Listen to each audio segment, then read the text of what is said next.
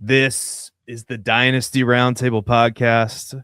Tonight, not only do we have a Dynasty Superflex rookie draft, tight end premium rookie draft, but we had to bring on somebody who is an expert in the field. You've probably seen him on Fantasy Pros, breaking down Dynasty, even does baseball content. I'm stuck behind the scenes, trying to keep Joe Piece of Pea on track most of the time. but no, Joe's great. I'm just kidding. But Scott Bogman is here from Fantasy Pros to help us decipher, kind of sift through the weeds here of this 2026 rookie class. So Boggs, how you doing tonight, man? I'm good. Thanks for having me, boys. Happy to be here and talk some fantasy football. We got the Superflex mock going here. It's going to be fun. I'll try to make it a little different. We did one for FP the other day. It was 3 rounds, but it wasn't tight end premium. So I feel like there are some sneaky tight ends that we can get in here because specifically the running backs are kind of brutal in this draft. There will be separation, of course, during the process, but right now it's almost a one and done. There's a lot of guys that are going to be good role players for sure, but it doesn't look great right now. Yeah, that's kind of my impression too. And Matt Babbage, I mean, I think you would agree with that in general, right? I mean, this class, it's one of those things where I'm trying to get excited about some guys, and we probably will throughout the process. There's a long way to go, so it always happens. Like, I can't remember who was talking about it, but I think it was Mike. We had Mike on our show last week from South Harmon, Mike Crystal. Not Crystal. He got mad at me for mispronouncing his name, but he brought up the good point of Sky Moore. You remember in that 2022 class, Sky Moore just kind of came out of nowhere and just flew up the boards from Western Michigan because he got drafted by the Chiefs and because he was good throughout the process. So we're going to have guys like that, I think, that pop up. And Matt Babbage, any final thoughts here before we get going? Yeah, I mean, just to kind of echo that, we're just kind of starting that rookie process where, a lot of the sickos have kind of already started, and you start to build up a little bit of a film base. And it's really closer to now where a lot more of people are starting to open up film. We'd have playoff footballs dwindling, college football championships are over. That window of time kind of opens back up, and now we start shifting our focus to the rookie draft. So Seth and I probably have some different takes about players than we did, 2 weeks ago when we were talking this over. So excited to kind of see, after we went through our initial first rankings, what it kind of looks like when we start putting our money where our mouth is and making these mock choices today. All right. We are going to start it off with our guest, Scott Bogman. You're on the clock at the 101. Is this pretty much a slam dunk for you with the running back from Notre Dame, or do you have other thoughts? I think that to me, it's really close, and it honestly depends on what your build is. If we are in a vacuum and this is a fresh rookie draft, right after you've done your dynasty draft, then it's Jeremiyah Love, pretty easy, right? But because the quarterback class is so weak here, if you are in a super flex, there's one to get. It's Fernando Mendoza, but he is the only one that is guaranteed to start and play this year, and he will start and play this year. So again, it's a tough fundamental argument between these two. I do think that in most cases for me, it's going to be Jeremiyah Love. I think he's Jahmyr Gibbs 2.0. I think he's going to be incredible in the NFL. I feel like he's about as can't miss as a running back prospect comes. I've been wrong about running back prospects. I was one of the people that was big on CEH. I was big on Sky Moore too. I thought he was going to be good. So I've swung and missed before for sure, but Jeremiyah Love just looks so unbelievably good. He's crazy talented. I think he has to be the first pick in almost every mock. So I'm going to go with Jeremiyah Love, but there is definitely an argument for Fernando Mendoza because of scarcity, right? There's not even 32 good enough quarterbacks to start in the NFL, and we have 32 teams. So the best 50 quarterbacks in the world, there's just a massive difference between the top 15 or 16 and everybody else. So Mendoza does go in that. So if you are desperate for a quarterback in a super flex and you're really looking for one, he is the only answer in this class. But just in terms of talent and ceiling, to me, it has to be Jeremiyah Love. I think it's interesting too. We basically know where Fernando Mendoza is going to wind up, right? I mean, I hate to say that on January 27th as we're recording this, but the Raiders need a quarterback. He's pretty much the clear number one quarterback in this class, so he's going to be thrown to Brock Bowers. He has Ashton Genty in the backfield. Maybe Clint Kubiak. I mean, I think Clint Kubiak, I think I heard this morning he's the betting favorite to land with the Raiders, so you would like that for Fernando Mendoza potentially. Better than some of the other options out there, potentially. I don't know, like probably better than Joe Brady. I don't know, but you would think that we have a pretty good handle on his situation too. At least the probability of it's very high. So I get it. And as the more I've watched of Fernando Mendoza, for me, he's aged like fine wine throughout the process. You know, he kind of looks awkward at first, but then once you really dig into the tape, he's pretty solid, man. I think he's going to work out in the right system if they build a scheme for him, kind of like they did at Indiana. I think he can work at the NFL. Like maybe doesn't have the elite ceiling of some of the other elite quarterbacks like a Drake May or a Caleb Williams, but you know, in a super flex league, you need a quarterback too, right? And I think 6'5" righty Tebow. Yeah, like he doesn't run like Tebow. Nobody did, but like just that energy, that type of leadership, and just being kind of a dork, like people say, like say whatever you want, it doesn't matter. Like I think this kid is a perfect fit in Vegas. He's not going to be tempted by any of the nonsense.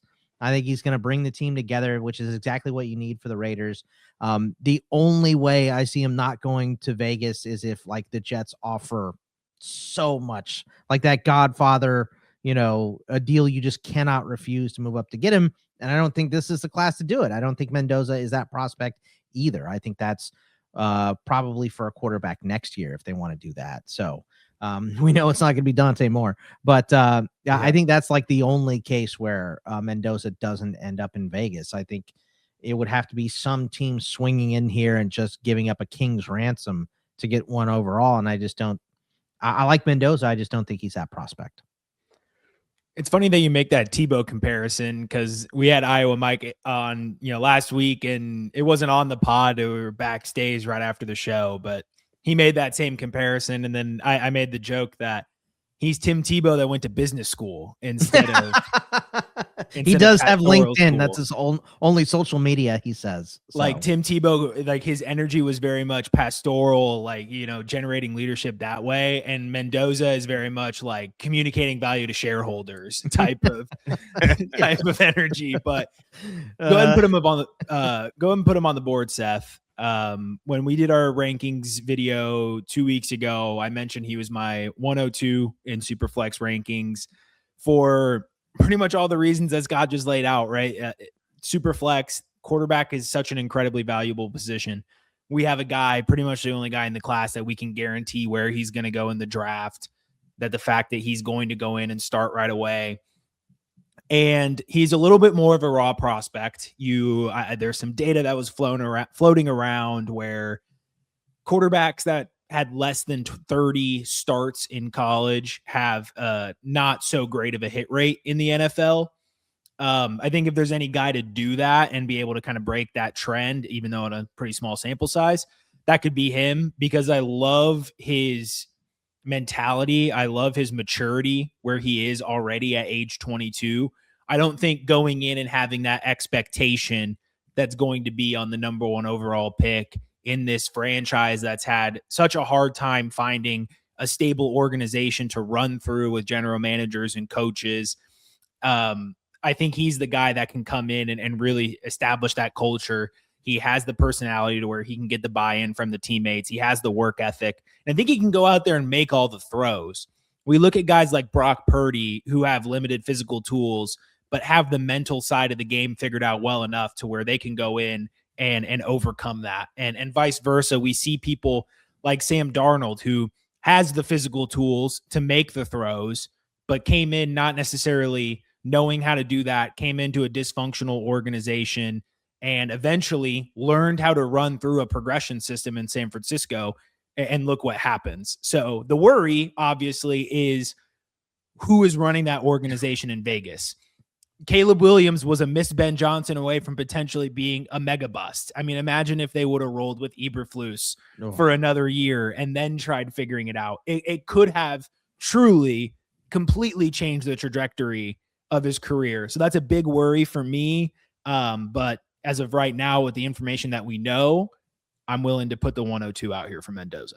And I think another point to make just in terms of value in Dynasty is the fact that first round picks, especially number 1 overall picks, keep getting shots. Yep. So if it doesn't work in Vegas and, he's lost a ton of value for you, you don't cut him because he's going to go somewhere else and possibly pick it up. So look at it. Only took Sam Darnold 5 franchises to find his, a pot of gold at the end of the rainbow there. So, these guys will hold more value if they're selected in the first round, just because they'll get extra second and third chances in the NFL. Because there's always an OC that goes, "Oh, I can fix him." I can make no shade to the guy, but Kirk Cousins, is still floating around there potentially. Justin Fields could potentially, either be a starter or be a QB2 that has a shot this year. The QB landscape has not gotten prettier over the years, so he's gonna have a shot. Well, you started with making me think that Eberflus year two with Caleb Williams, and then you ended with Justin Fields. Yeah, I really piled on there. That was a perfect Chicago Bears shit sandwich that you just presented that you made me think about. So thanks for that.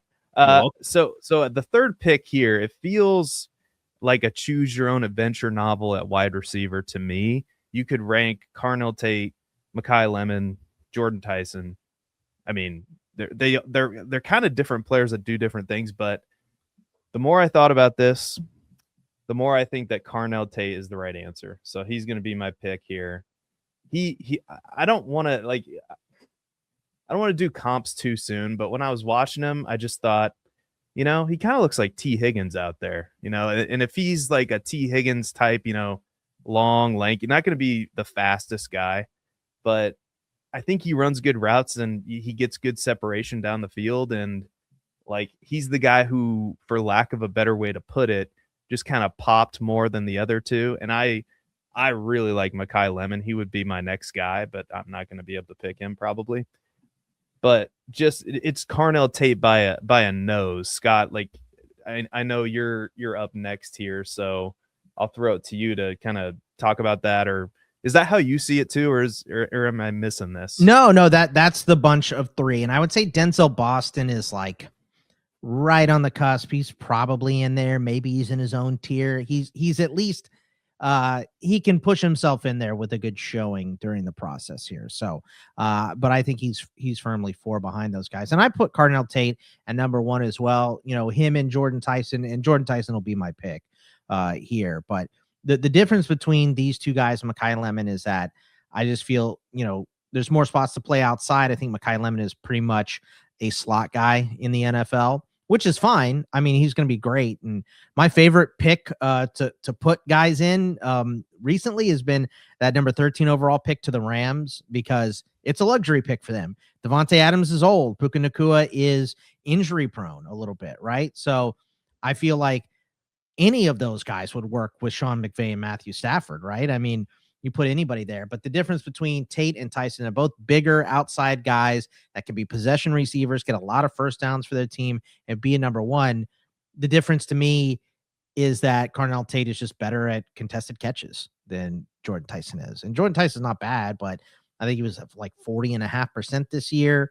Carnell Tate was at I believe like 60 or 70%. Let me see, 85.7, 14 of 12 of 14 he caught, and Jordyn Tyson was 7 of 16 in contested situations. So, that's getting touchdowns. That's in the end zone. And it was 9-8. So the difference is minimal in actual production, but that is if we're splitting hairs, that's the hair I'm going to split. And that could flip, they could be way different in athletic testing. And then, okay, I would push it to Tyson then if the athletic testing is way better for him. I just don't think it's going to be enough of a separator. So those 2 are my first 2 picks, but you can't go wrong with number 3 here, who I assume Matt's going to take, but I don't want to speak for you, Matt. Yep, no, you got me. Makai Lemon here with the third. So kind of the reason he's at the third, I think, is primarily due to the projected role.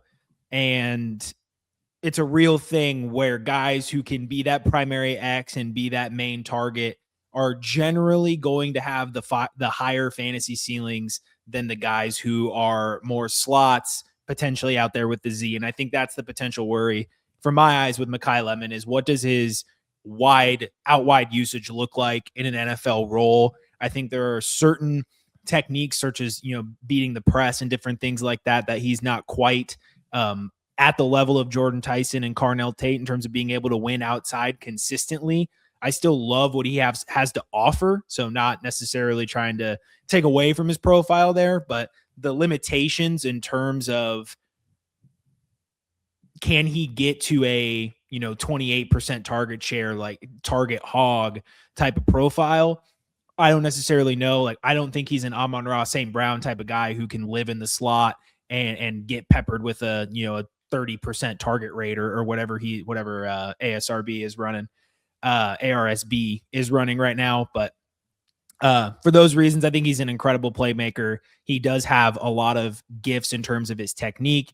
Not necessarily a pure athlete makes up for that with his technique. I just think the limitations on potentially having a limited outside role to where I could see him being like not in comp in terms of play style, but a Devonta Smith where he's a really good 1B, but he's not going to be, the target hog that we look for these really high upside profiles. Yeah, I think that's really well said, and that puts me on the clock at the 106. And I don't know if I'm going to surprise anybody. I know I'm not going to surprise. Yes, I'm going to take Kenyon Sadiq. I just think he is the clear tight end one in this class. When I watch him on film, I mean, he's 6'3", 245 pounds. He runs like a wide receiver to me after the catch, and he's not a bad blocker either. And I think that's going to play in a tight end premium league, and he's probably going to be a first round pick. So we're probably going to get the draft capital, good enough production in college. He's not at the level of prospect as, last year's class, like with a Colston Loveland or Tyler Warren, but he's still pretty dang good. And I have him. It's again, I could, and I don't want to, we've kind of been doing it, but like it's so close too between, for me, like a Denzel Boston or a Casey Concepcion. I think this is another tier down from the first two picks, at least a little bit. So it's so close, but I just, from what I've seen from Kenyon Sadiq, I know he's going to be one of my guys. So Bogman, that leaves you on the clock at the 107. Where are you going? Yeah, I'm going to take Denzel Boston here. And I it's a lot like Fernando Mendoza. I feel like Kenyon Sadiq it's not quite that bad at tight end, but he is so far and away the clear number one. Even in a tight end premium, I don't know if there are any other first round tight ends. Maybe one sneaks in to the first round here, but I do think we're going to have a glut of wide receivers at the end here, at least a couple. So Denzel Boston, again, probably a tick behind the other three wideouts, but contested catch monster, 6'4", 11 touchdowns this year. You're getting him for being a possession receiver. Most dynasty leagues are PPR, and he is a dangerous red zone threat. So really, I'm a big fan of Denzel Boston. I think he holds great value in whatever draft you're going to do. Hopefully he doesn't end up with the Jets and he ends up with a real quarterback somewhere. Obviously the landing spot is going to impact everybody. His is probably bigger than most. You want a high scoring offense or an offense with high scoring potential.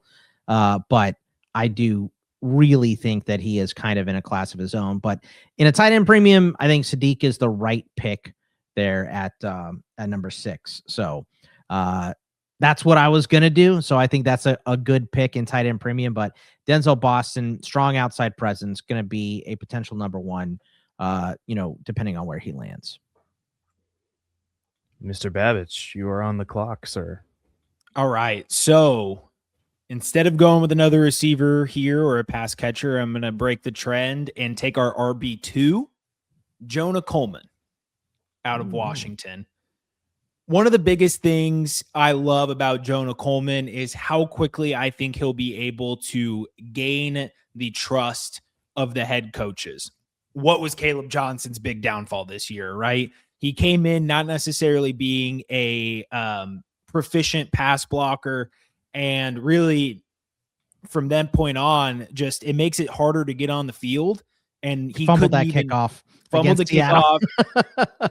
Essentially, it. he was getting less opportunities because of the situations that he had to be involved in if he wasn't going to be a proficient pass catcher, trying to ease him in. And on those little opportunities, wasn't able to do a lot.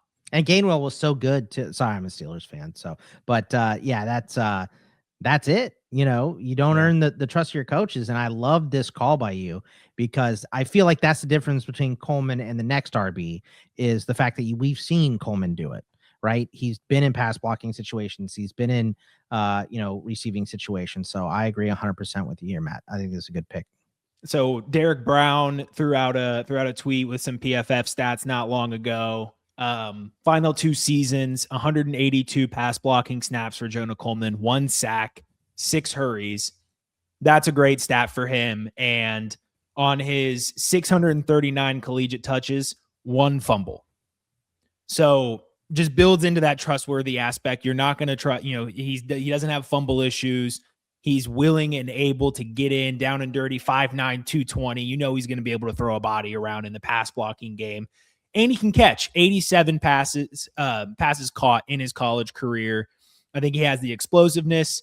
Being the RB2 of this class, I would expect there's going to be some sort of shocking pick where, maybe he's not the second RB selected. Rarely does the NFL draft go the way we think it's going to in our prospect rankings. But I could see him very well, landing in a situation where they need help right away. I mean, we think of Houston as one potential landing spot where I think he could fit in very nicely. And there's just not there's definitely no one healthy that has 3 down running back potential. He certainly has a better pure runner. He's a better pure runner than what Nick Chubb is right now, and Woody Marks. And if he's going to be pass blocking and able to be trusted in the pass catching game, if he lands in a situation like that, I could see him being a 3 down back in year 1. Yeah, I like that call. And you throw in the pass catching. I mean, like the trust, the pass catching. I mean, he might not have the top end speed, but yeah, I can't. It's hard to argue with that pick. At the 109, I am going to go back to the wide receiver and I'm going to go with Casey Concepcion. I've kind of been talked into this because he didn't necessarily pop for me on tape, but the notes that I have here, he's a player with a lot of upside, I think, and he's very shifty. I think it's good that he returned punts, good yards after the catch, a lot of routes over the middle of the field. And I think he ran a good plethora of routes, short and intermediate, mostly from what I saw. And I'm going to make the worst joke of the night because I also thought that he might be a good fit for what the Chiefs like to do on offense. And if the Chiefs draft him, obviously KC Concepcion. Just the lines, the Kansas City Star paper, if there's even papers that are still printed anymore, KC can, think of what they could do with KC. It would be so current era Kansas City Chiefs, not to poo on that destination you just threw out there, but it would be so Kansas City Chiefs to have Rashee Rice and Xavier Worthy and be like, who we need? Yeah. KC Concepcion. That's right. Another undersized guy. Well, not that Rashee Rice is undersized, but throw in Zachariah Branch, get Sky Moore back, and just have all the gadget guys. Andy Reid's already drawn up plays for KC Concepcion, man. He's using the Mike Leach playbook. That's right. That's right. So, Scott, that brings us to the 110, and you are on the clock. Yeah, I'll go with Chris Bell here, one of my favorite wide receivers out of Louisville. And size and speed, a deep threat. He is a tick down, and I think everybody else at the wide receiver position is from the top group. But I do think that this guy is someone that could turn into an eventual number one. He runs strong routes. I think the one thing that we need to see from him is a little bit more separation. I feel like he finds himself in contested catch situations a little bit too much, but I think if he can, work that out, because every guy that comes in is, a bit of a mold of clay. There are guys that are closer to done than others. He's not quite there yet, but I do think that he could improve a lot, and the size speed combo really intrigues me. So Chris Bell will be my pick here at 110. All right. I so much upside, like with Chris Bell. Like he was one of the guys that popped for me too. So I kind of like that pick. Mr. Babich, you're on the clock. So I'll quickly take the start of my time to brag, since he was mentioned, that I am related loosely by marriage to Mike Leach. So wow. Okay, nice. Yeah. No big deal. We'll probably be at the Hall of Fame ceremony. He also coached, I think, at Iowa Wesleyan, which is in Mount Pleasant, Iowa. I think that's where he started coaching, which is about 30 minutes. Degrees of separation from Mike Leach here. I like it. Yeah, Mount Pleasant, Iowa is about 30 minutes from where I grew up. So anyway, Mike Leach, Mike Leach, man, one of the goats. Mostly back in the Texas Tech days, my wife was at a lot of games in their suite for the family. So it's he's a quote machine, man. That dude is really a quote machine. It was our first date. She's like, I have to go to Utah for a funeral. I was like, oh my gosh, that's so sad. She's like, yeah, do you know who Mike Leach is? And I was like, do I know who Mike Leach is? Anyway, I'm going to stay on the receiver train here and take Chris Brazzell. So he is somebody who I have moved up in my rankings since the last time Seth and I got together about this. 6'5", 200 pounds. I like the way he moves. I don't think he's in necessarily the tier of Denzel Boston. I think I also prefer Chris Bell to Brazzell. Concepcion scares me. I feel like that's a pick where I will miss potentially overthinking archetype. I just get a little bit afraid of those types of projected archetypes like KC and what their upside has shown in the NFL. We just don't see a lot of guys like that break out and become true wide receiver ones. So I kind of link him and Brazzell together where for different reasons, I don't think either of them necessarily have the upside of some of the other people in the group, but Brazzell moves really well. He's a fast guy. I really love his body control. He does find himself in a lot of contested catch situations, but you look at how he operates in the end zone. He always seems to know where the boundary is. Seen him turn around for a lot of balls where he's putting his hands in the right place. He's kind of falling with grace is a term I'll use, where it looks very calculated. He knows where he has to be. So he's focused in those areas. I think his route running is better than people are currently giving him credit for. Though there are some aspects of his technique that I've seen thus far, not a super deep film dive in yet. But thus far, I see some things in his technique that'll have to get sharpened up. Especially being on the lighter side for somebody who's 6'5", can potentially get bumped around a little bit at the next level. So there are some limitations, obviously, that I'm worried about. No prospect as we get close to even the 112. It's funny to say it, that even the 24th or the 12th best prospect in a rookie pool is going to have faults. Jalen Reagor was up there. So guys who are not worthy make it up there all the time, but I like the upside that Brazzell can offer if he ends up getting a Z roll. I talked about this a little bit. Do you think that there is a Tennessee wide receiver stigma at this point, since they've come out and fallen flat on their faces? Dante Thornton wasn't good. Jalen Hyatt was miserable. Do you think there's a little bit of that going on at all with Brazzell? I think that's real. I think, you look at TCU too. They've been a victim of that as well. Josh Dotson, Jalen Reagor, Jack Besh didn't do anything this year. So I think McAllister's good too. I think he's going to be a good wideout. I think that stuff does exist in both the NFL and the fantasy football community, more so in the fantasy football community, where someone will say, oh, he's just another overrated receiver from Tennessee. And we just got to take that, let those players miss out on good players if they're going to helmet scout. Yeah. I think that, Josh Heupel, I think Fitzy mentioned this on the show that we were doing earlier. Josh Heupel has a weird offense, so it's going to lead to bigger production and bigger numbers that eye pop a little bit. But some guys do get college open in his offense, so it makes their numbers look a little bit better than they are. But I thought Hyatt was going to be pretty good. And I mean, they never found a quarterback that could throw him the ball deep. I think that was part of the issue. But also the dude just could not get open in the NFL, couldn't get off press coverage, couldn't find a way to get himself open. So when you only run one route, you're probably not going to have a lot of success. Yeah, that's going to be an interesting one to kind of follow to see where he goes, or how his stock rises or falls throughout the process, because there's definitely a lot of upside with Chris Brazzell. But I think if you're a fan of Chris Brazzell, I think you're probably going to get a discount just not knowing draft capital or anything like that because of that stigma. So it's probably a good thing for you if you like him. And getting him at the 111, legitimately, and I'm about to make a pick here that I know is unpopular, but I like Carson that. like in this range, man, like even in this late first round, early second round that we're about to enter here, it's kind of like plant your flag, go get your guy, and there's not much separating these prospects to me. And so I'm going to take a big old swing on Nicholas Singleton. This could blow up in my face. I understand that the production wasn't consistent, but when you're talking about checking boxes, right? Former 5-star recruit, one of the only players that broke out as a freshman, right? 2 seasons with over 1,000 rushing yards, one of those seasons being his freshman year.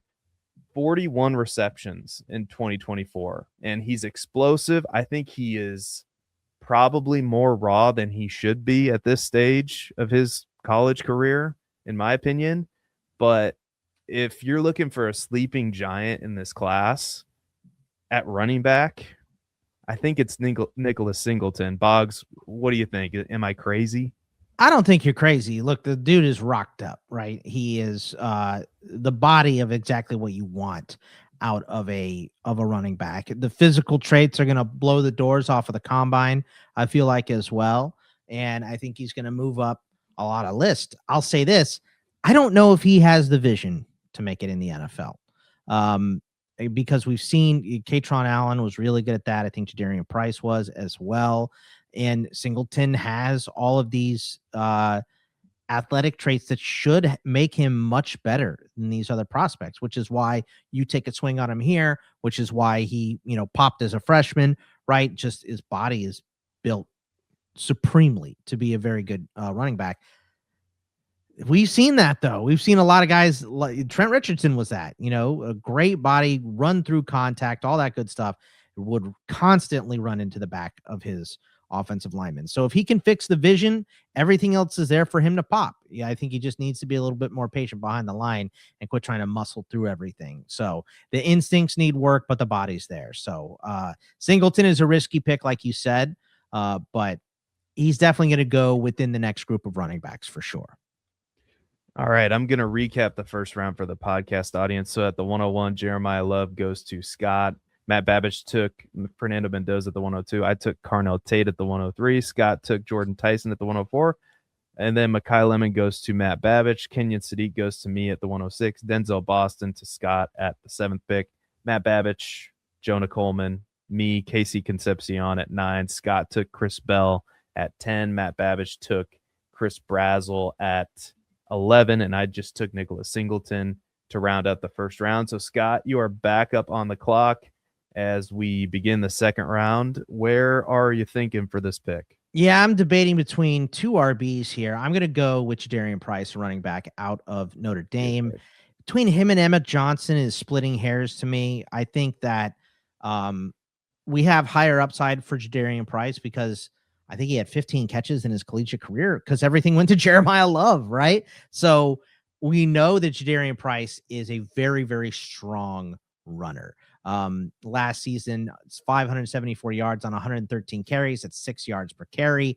30 missed tackles forced is incredible in 113 carries. I mean, Jonah Coleman had 35 and 188 or 157 carries, excuse me. So I do think that there's a lot of untapped talent here from Jordyn Price, and another guy that had 24 explosive runs to 20 for Coleman. But he just, again, we have no idea on the receiving from him. He just wasn't asked to do it in college. I think he can do it. I think he can be tasked to do it. I think he'll run decent routes, but it is a complete unknown. So you kind of have to treat him as a first, second down back only, which is where we're at in this draft already, which I know that people don't like. Can he develop into a 3-down back? Absolutely. There are guys here that I think we question athletically that have shown to be 3-down backs, right?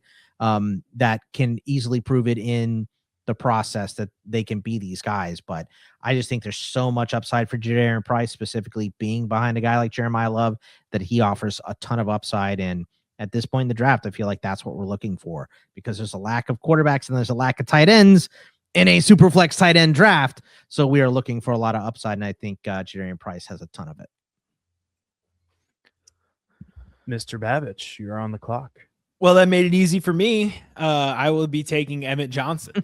I liked what Scott was saying there, and I think it's a little bit of, the devil, and I know I've seen more with Emmett Johnson, and as a drafter, I tend to, whether it's a fault or not, I tend to gravitate a little bit more towards the people who I have a larger sample of snaps that I can evaluate. I really like what he's able to do. I am worried, about kind of the similar thing as Caleb Johnson with pass protection with Emmett Johnson. I'm not worried about his weight. I think we, as a consensus, have hopefully moved past the whole 200-pound running back now that we've seen James Cook and guys like Devon Achane just continue to crush that narrative into the dirt. But you put up a 200 rushing yard game on 30 carries to end his career. He had 46 catches with Nebraska last year. So we've seen plenty of that pass catching work. I think he has not necessarily the top end speed that we would like, but he has enough to be a home run hitter. Seth and I have talked ad nauseum about how if guys like David Montgomery can beat guys down the field and produce chunk plays, then, guys like Emmett Johnson are going to be just fine in the NFL.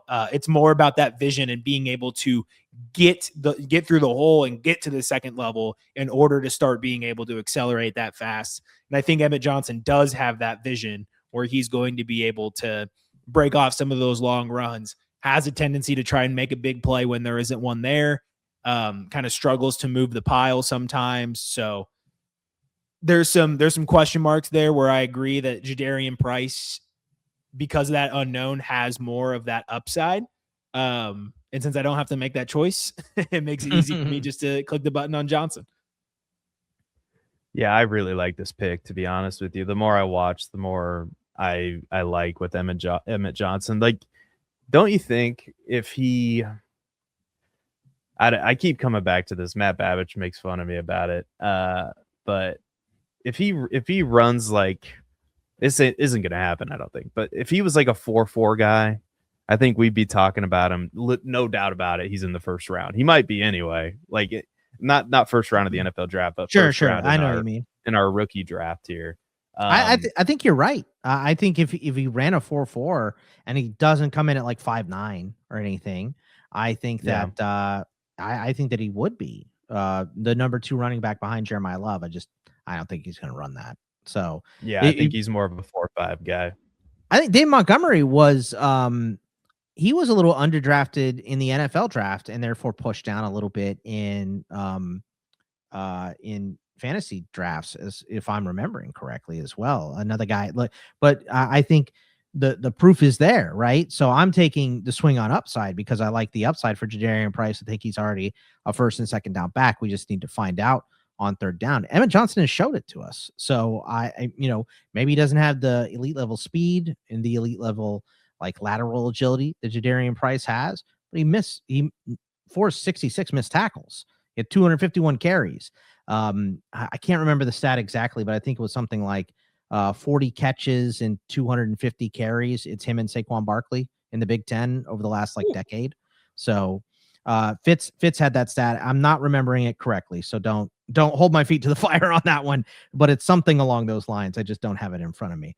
So, Emmett Johnson is a very, very good prospect and very underrated as well in a class that's kind of weak. I think there is some upside here at RB. Yeah, I agree. And I like the Jadarian. I kind of early second round. I know everybody's poo-pooing these second round picks, but I just made a video that dropped on our channel. Go check it out after you're done with this one about how I think the market is like way low on these picks, and in January you should probably be at least testing the waters to see what people are valuing those picks at. Because I think they're only going to gain value as the buzz picks up, as it does every year. But anyway, I'm on the clock for the 203, and I could go in a couple different directions here. I actually kind of like this spot, but the more I've watched of Elijah Surratt, I mean, he's just always open, and I think he's a big reason for Indiana's success. So I think Matt also kind of talked or led me to the right answer on this one, as a good co-host does. The more I watched, it's not necessarily flashy, but he's just open all the time, and I think he's a very, very capable route runner. And Mendoza was looking for him, and in against my Hawkeyes, he was very, very good. So I'm going to go with Elijah Surratt. That puts Scott on the clock here at the 204. Scott, what do you think? Man, I'm on the struggle bus here. Let's see.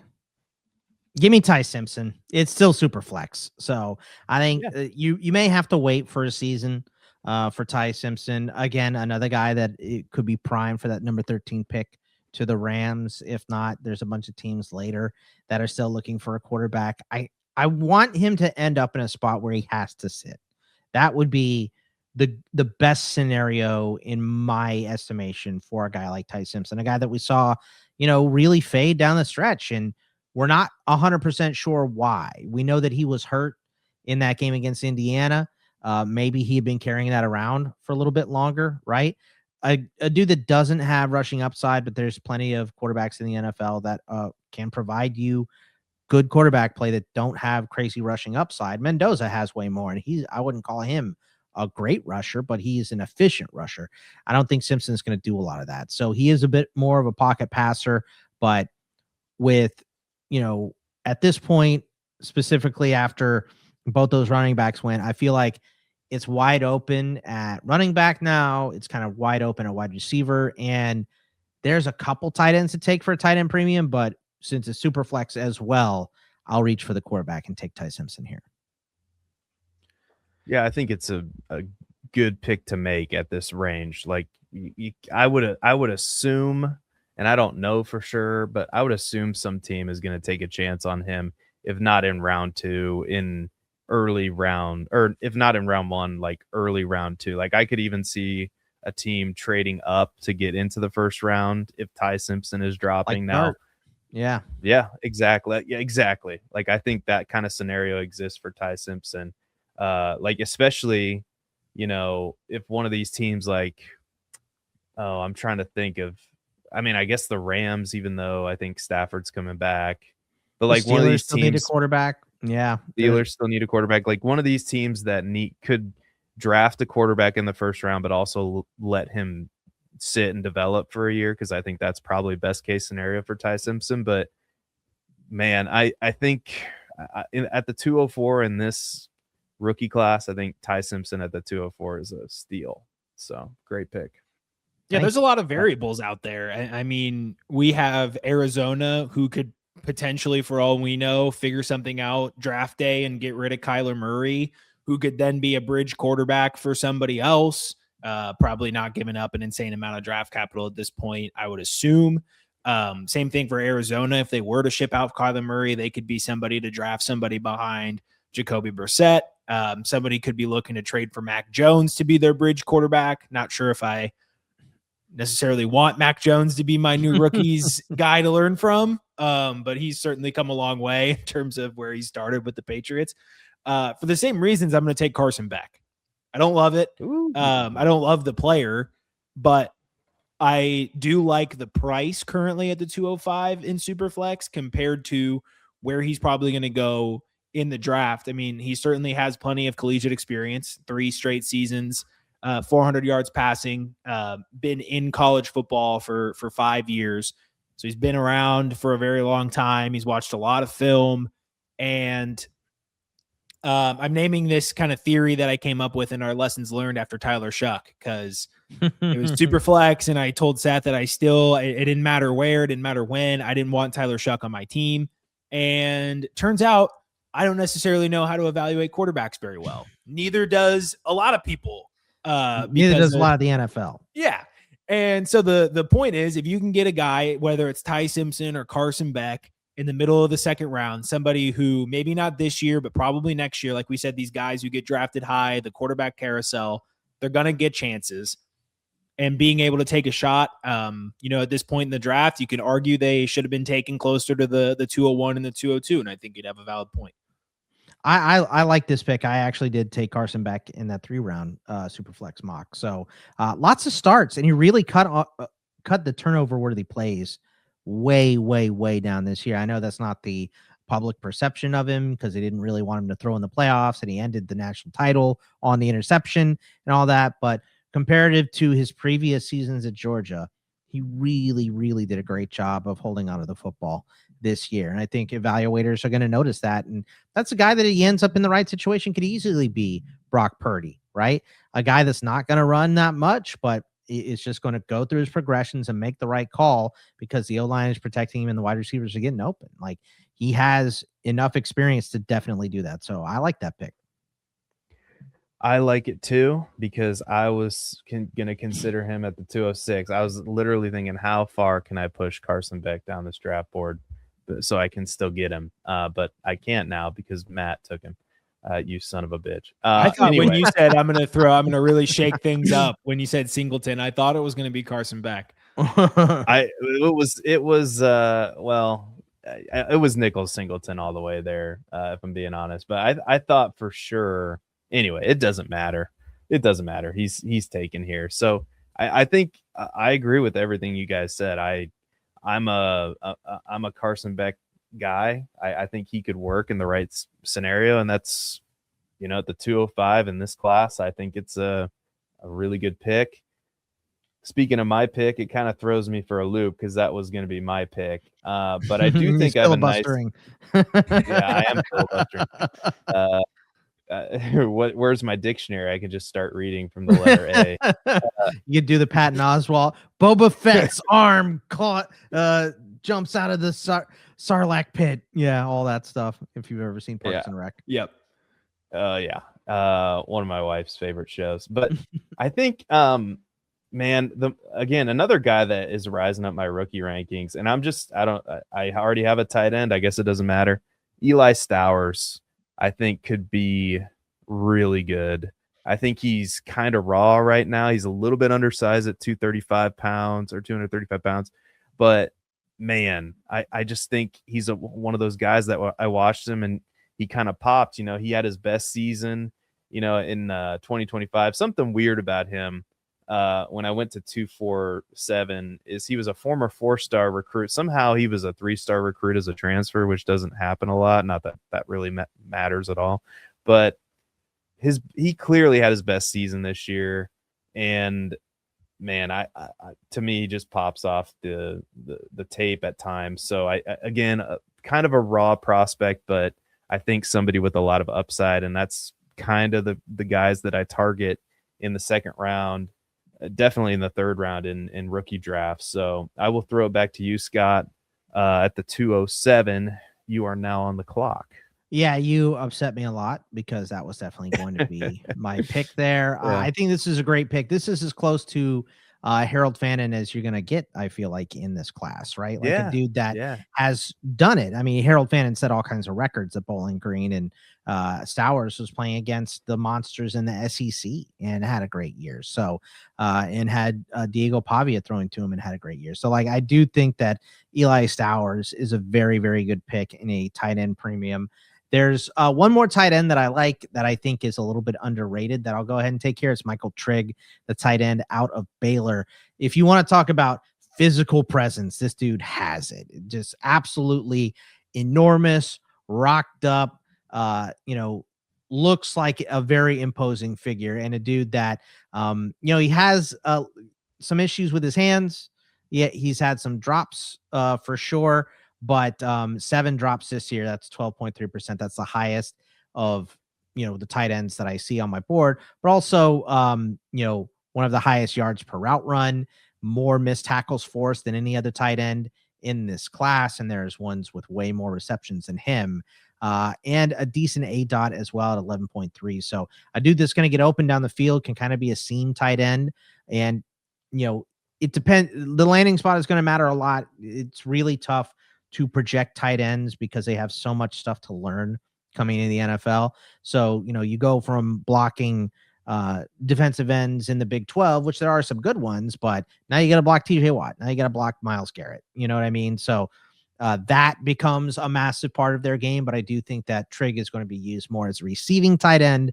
So for fantasy, I think he could end up in a really good spot, but it is a gamble, because if you end up behind a premium tight end, you're not seeing the field a lot. And if you end up with a bad quarterback, you're not getting the ball a lot. So I do think for tight ends, the landing spot is going to matter a lot, but this is a guy that I think has a ton of upside in Trig and is going to be on my radar for sure in tight end premium leagues.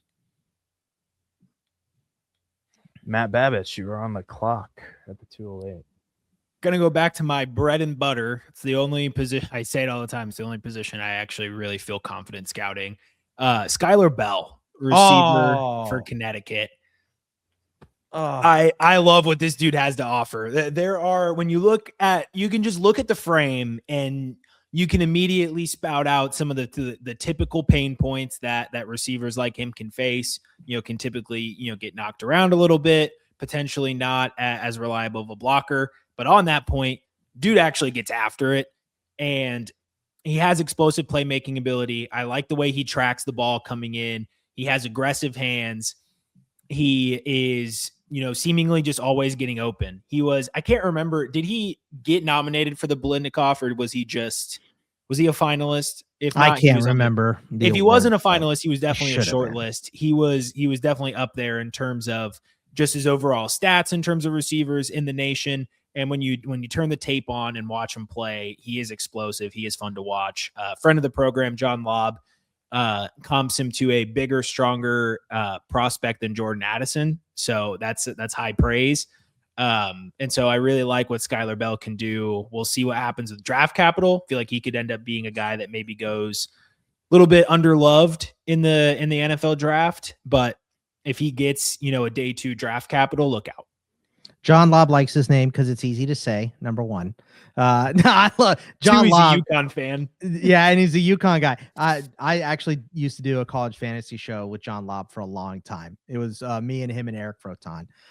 So Lobb is great, and my God, can anybody match his energy? Right, Skylar Bell. That's the guy that can match his energy. That is. I love that you said John Lobb's name while you're picking Skylar Bell because he's a UConn guy and because he has that crazy John Lobb energy, man.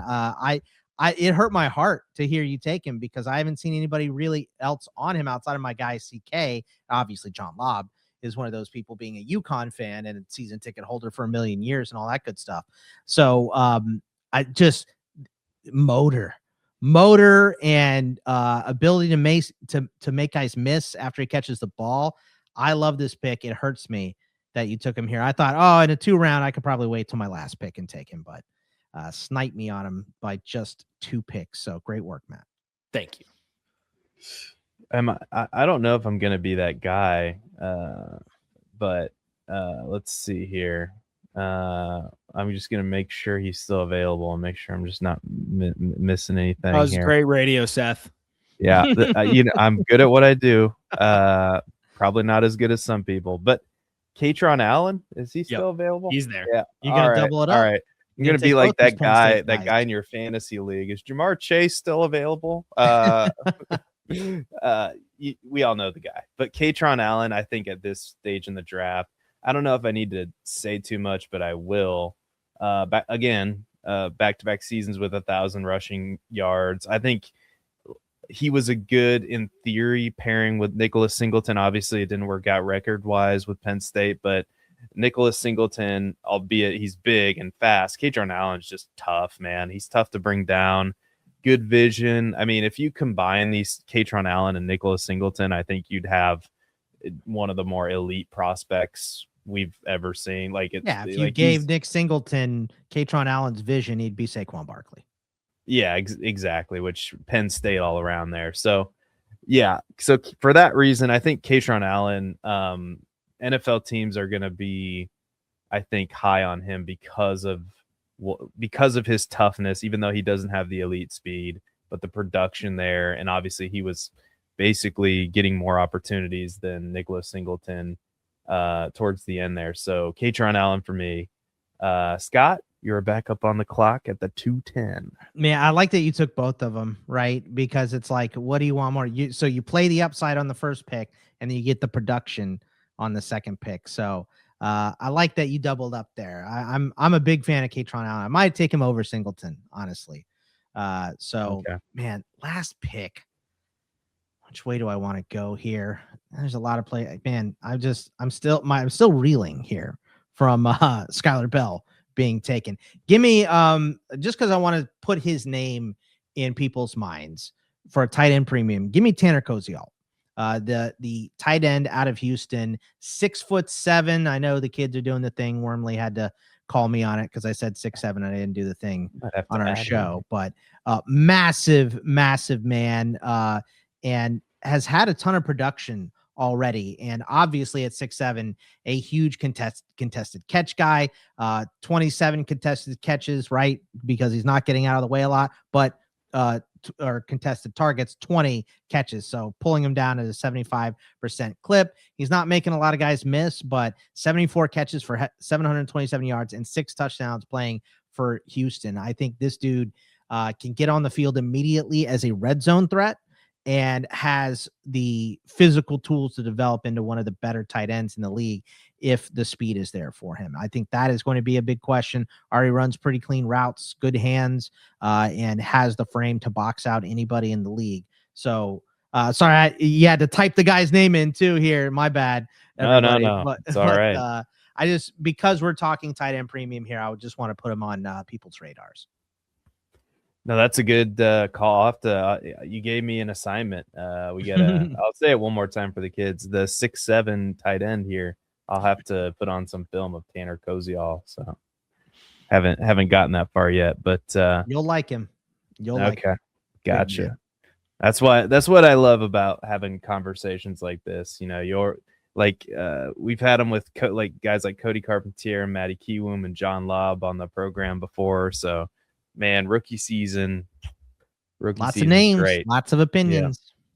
Yeah. Oh, yeah. Matt Babich, last pick. Who are you going with? Yeah, so I'm at a spot where I don't really love some of the running backs and receivers that are currently here more than the pure value picks, which in this format would be tight end or quarterback.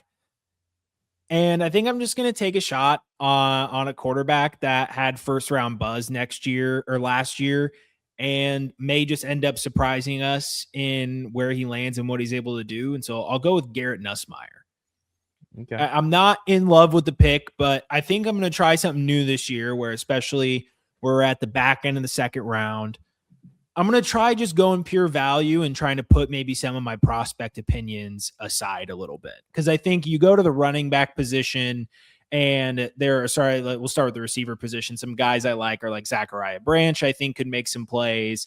Jacoby Lane, Malachi Fields. I don't love them, not in love with them. Like Damon Claiborne from the running back position, Mike Washington. There's guys that I could pick here. There's guys with some upside. But the more stable pick, granted, we don't know what's going to happen with draft capital, but assuming it's probably just going to be taking a tight end with upside, which I think we're maybe more on the limited side there, or taking the QB4 potentially in Garrett Nussmeier. So I'll be making that selection. If Chambliss is 100% for sure in the draft, are you still doing Nussmeier over Chambliss, or do you think you would lean towards Chambliss? I think I'd go Chambliss over Nussmeier if he's for sure. I went into this thinking that he was staying. Me too. That's not. He got taken in the mock that we did on FP. I think Fitzy took him, but you just can't if you are actively doing a real mock, you can't take Chambliss. Or a real draft. I shouldn't say a real mock, but if you're doing a real draft, first of all, you're a psycho. What are we doing? This is before even the combine. Let's pump the brakes here. All right, so let's calm down. But you can't take the guy until we know for sure he's going to be in the draft. So I agree with you. Like Nussmeier, I think you put Cade Klubnik in there as well. Guys that just performed terribly this year, but have a decent amount of upside. I think Garrett Nussmeier is no doubt a better passer than Klubnik. Klubnik is no doubt a better runner. So who's going to win a job? Probably neither of them immediately. So, we're projecting. We're taking guys hold clipboards for a year, but the quarterback position is ugly. So I don't hate that strategy. Even if it's Nussmeier, if it's Klubnik, if it's Chambliss, all three of them are going to retain value better than your average 210 to 212 at another position. Yeah, I mean, what is Caleb Johnson's value today, right? You can get him for a bag of nacho cheese Doritos. Right, it's really in the toilet because not only did he not do it, right? Gainwell's a free agent, so maybe Gainwell doesn't come back, but it's a whole new coaching staff. Maybe the coaches don't like him here, so they're not the people that drafted him. So, yeah, you're absolutely right. It's a good example, and I think that this is just pointing out why that strategy works. Is that this is why you take a quarterback at the end. They are going to be given second, third chances and all that stuff. So I think this is a good selection in a super flex premium. I don't really like Garrett Nussmeier, but I do like the shot at a quarterback for sure. Yeah. I definitely, just talking about this 212, I do think that this would be the time, even with the uncertainty, to take a Trinidad Chambliss. So I am going to throw him up here. Just to get him on the board. But there were other guys that I mean, you talked, Scott, about making this a 3-round mock draft. There are some other guys that I was considering, like Jacoby Lane was definitely on my radar. The running back from Wake Forest, Damon Claiborne, Antonio Williams one of my from favorites too. Clemson. So yeah, there's going to be more to dig into. Oh, Jeremy Bernard too is interesting. Kind of more of a, they used him more of as a gadget type player, which was kind of strange, but I think a lot of upside.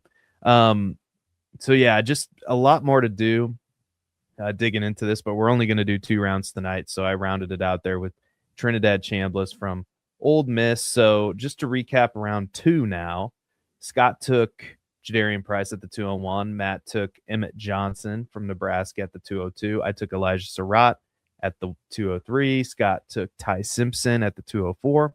Carson Beck went off the board at the 205. Eli Stowers at the 206. Michael Trigg at the 207. Skylar Bell at the 208.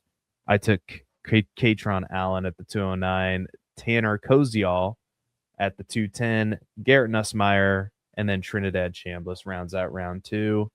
How are we feeling at the end of this? Did this go about how you thought, Scott, or what are your thoughts here? Yeah, this went exactly kind of how I thought it would be. Maybe some of the names are a little surprising at where they went, but I think these are pretty much the names in a 2-round super flex tight end premium right now. I do think that we're going to get some separation from the combine and the Senior Bowl and all that good stuff, but I think as it stands right now, this is a really good list. I think the guys that you mentioned are really good. I'm a big Demon Claiborne fan. Just dude did it at Wake Forest with Robbie Ashford next to him and had a lot of breakaway yards and can catch the ball out of the backfield as well. I like Mike Washington Jr. from Arkansas, big hulking back with a lot of speed, but kind of, a very much north-south runner, not a lot of lateral there for him. Jamari Taylor is a dude from Virginia that carried the workload for the Cavaliers, and then you have both the Hoosiers, right? Roman Hemby and Kalen Black were pretty strong as well. Other wide receivers, you mentioned Jeremy Bernard, strong hands. Antonio Williams, a slot merchant with a lot of injury issues, but would go higher if it weren't for that.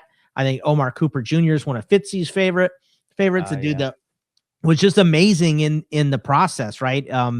Just constantly open. And another dude that was a lot of touchdowns with Fernando Mendoza.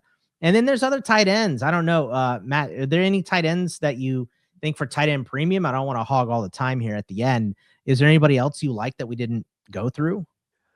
So the one guy that I have, an eye on that we didn't talk about is Max Clare. One thing I forgot to mention when we talked about Mendoza that the longtime listeners know is that I'm a Boilermaker. So it was very hard for me to get around on Mendoza, but that's how much I like the guys that I'm willing to throw that all away for him. Max Clare, I think it was bad for his career and his NFL draft prospect to go to Ohio State. As funny as that may sound, he went to where he didn't necessarily fit in the offense the way he did at a traditional air raid like in Purdue. I think he would have had similar to his other career numbers at Purdue. So I've been trying to take what I saw from him with a little bit more of a grain of salt. I don't know if he's going to be, he feels a little bit too in between to me. Like he's not a pure blocker that can catch, and he's not like a Mike Gesicki or Isaiah Likely, like Harold Fan athlete that you can kind of put all over the field. He's a little bit of both.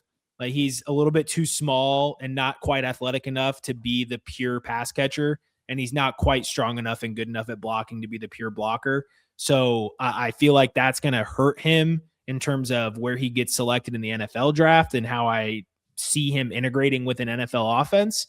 But when you look at what he was able to do at Purdue, he is a very talented pass catcher. He has a knack for particularly attacking zone defenses, getting in the deep middle, intermediate level of the field, and making some things happen after the catch. So he'd be the other guy that we didn't list in this mock that I'd be keeping an eye on.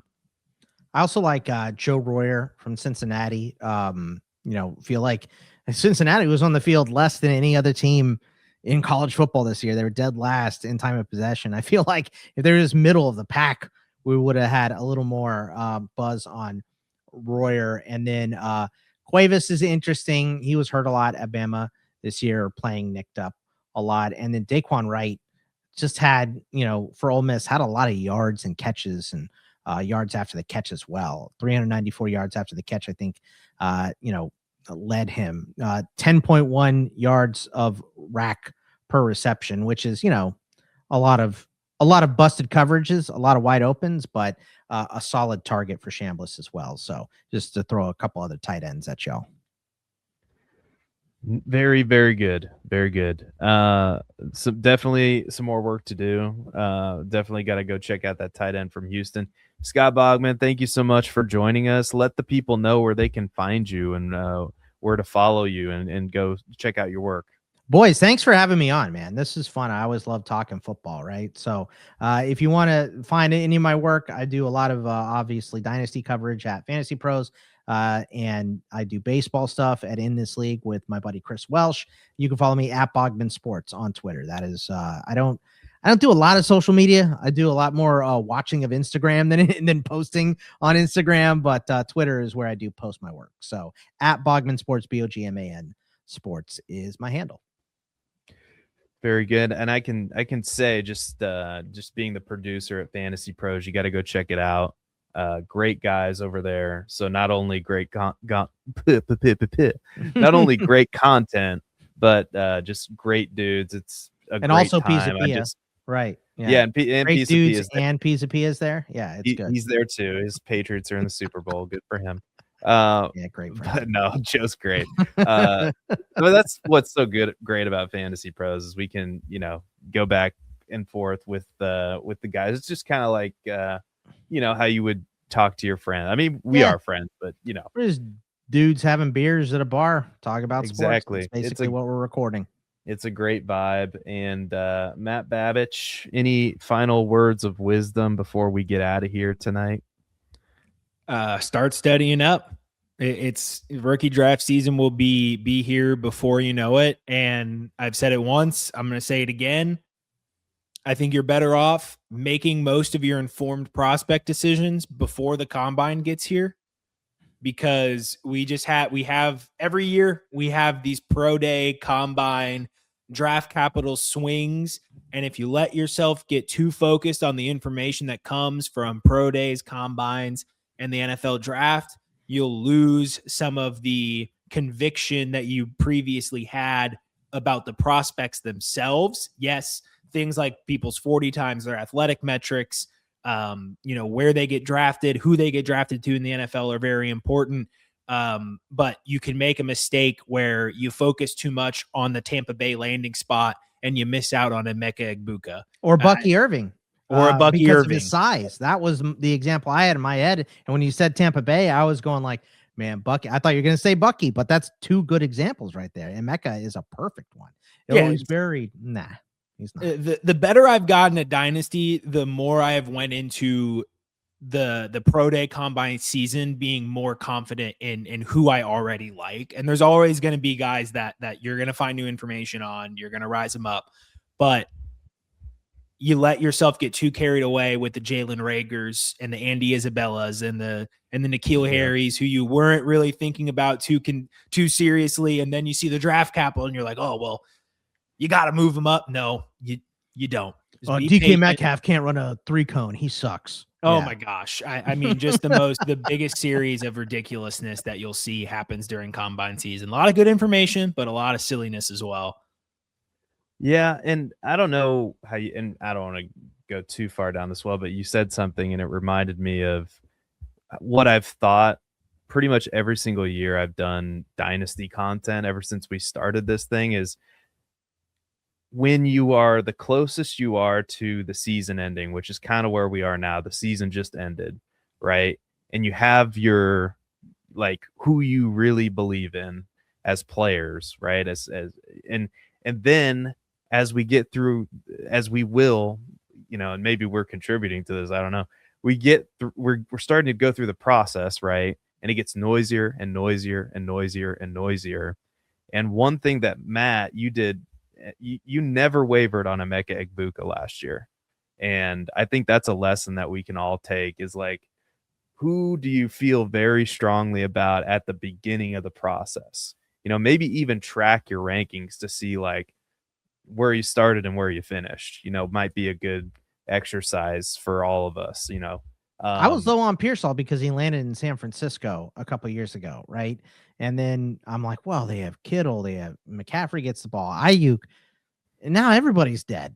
I mean, Ricky Pearsall had a miserable year this year, but it was bad reasoning. So you learn from your mistakes and, pick it up and move on. But I think it's a great point to make, to not get too, don't let other people glower your excitement on a prospect. There's a reason you like the guy. Stick to your guns.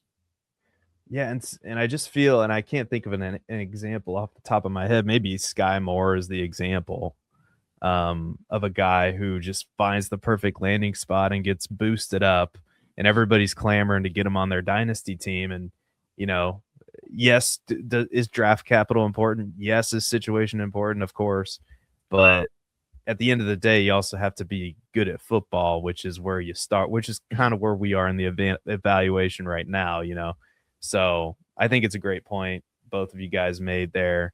So I think that's going to do it for us. Let us know what you think in the comments. Click the like button, subscribe, go follow Scott Bogman everywhere he goes except home. And nobody cares about Aaron Rodgers. We'll see you later, everybody. Have a great night. Whatever part of your day you're in, have a great one. And we will see you in the next episode. Bye-bye, everybody.